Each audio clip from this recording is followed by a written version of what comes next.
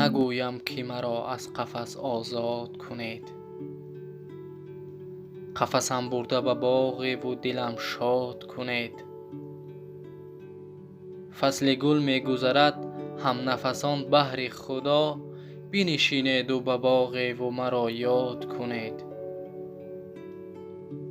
عندلیبان گل سوری به چمن کرد وروز، بهر شاباش قدومش همه فریاد کنید. یاد از این مرغ گرفتار کنید ای مرغان، چون تماشای گل و لاله و شمشاد کنید. هر کی دارد ز شما مرغ اسیر به قفس، برده در باغ و به یاد منش آزاد کنید. آشیان من بیچاره اگر سوخت چی باک، فکر ویران شده خانه صیاد کنید. شمع اگر کشته شد از باد مدارید عجب، یاد پروانه خسته شده برباد کنید.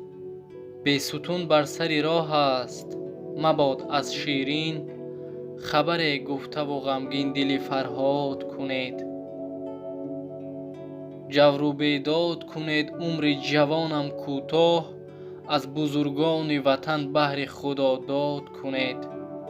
گر شد از جور شما خانه مرغ ویران، خانه خویش محال است که آباد کنید. کنج ویرانه زندان شد اگر صحن بهار، شکر آزادی و آن گنج خداداد کنید.